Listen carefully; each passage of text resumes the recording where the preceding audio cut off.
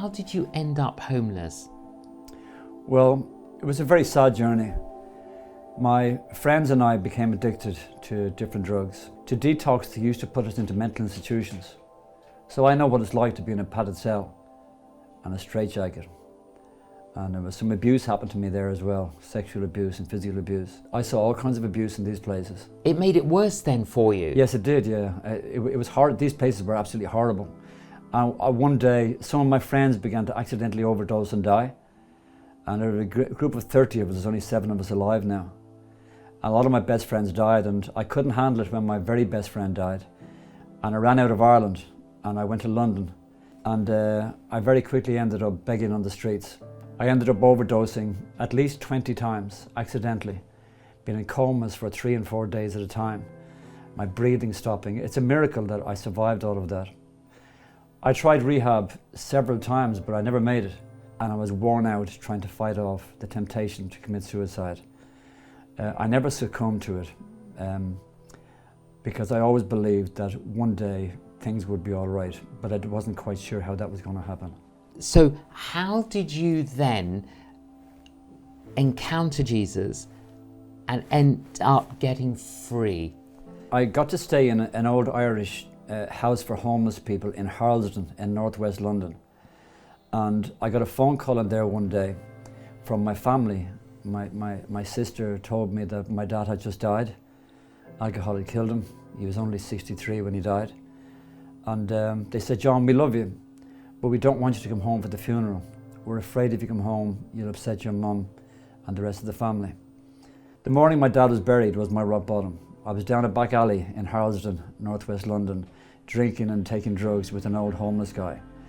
And my mind was drifting back to the Catholic church in Dublin where my father's funeral would be. And I began to cry. And I just couldn't hold the tears in, J.John. And they just jumped out of my face and they just ran down my cheeks. And that moment in my life was so real. And I just thought to myself, what a mess I've made. What a failure I am. What a total and complete mess I am. And I knew then that I either was going to kill myself and finish it all, or I was going to put an effort in to change my life forever. And I was just so desperate. And I went home about a year later and I attended Alcoholics Anonymous. And I met some charismatic Catholic Christians there who were born again, they said. They didn't preach at me, they just lived the life in front of me, and they talked about Jesus, not just setting them free, but forgiving them. I had a lot of guilt and shame. J.John, there's people dead today because they introduced them to drugs. I can't even tell you the mental somersaults I've had to do with all that stuff. The guilt, there's nothing like the shame of an alcoholic or a drug addict. And I went to one of their Christian meetings in August of 1987, and there was a man there who gave his life story. He was a former IRA guy who got born again. And I was impressed by his life story, so I went back again in September 1987. And during the worship, I began to call out to God. I began to say, "God, if you're as real as these people are saying you are, you must have seen me. You must have seen me, God, when I was sexually abused, when I was physically abused, when I was begging on the streets, at all my friends' funerals, in the padded cells, in the straitjackets. You must have seen me with all my sickness." I said, "If you're that real, God, please reveal yourself to me, because I don't understand why I can't get free." And when I called out to God like that, suddenly, J.John, it was like the roof came off that building and the presence of the Holy Ghost came in and filled me from the tip of my head, the sole of my feet. I had a personal revelation. The Apostle Paul talks about in Galatians. I had a personal revelation of salvation. I knew when Jesus died 2,000 years ago, he died for John Edwards. And I knew my sin was forgiven. I knew it by revelation. And the power of God then hit me and I was shaking all over.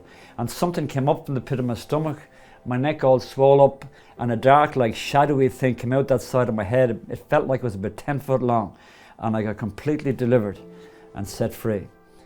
And a while afterwards, I stopped smoking, drinking and taking drugs the same day. And I was the first Irish guy to successfully complete Teen Challenge in Wales.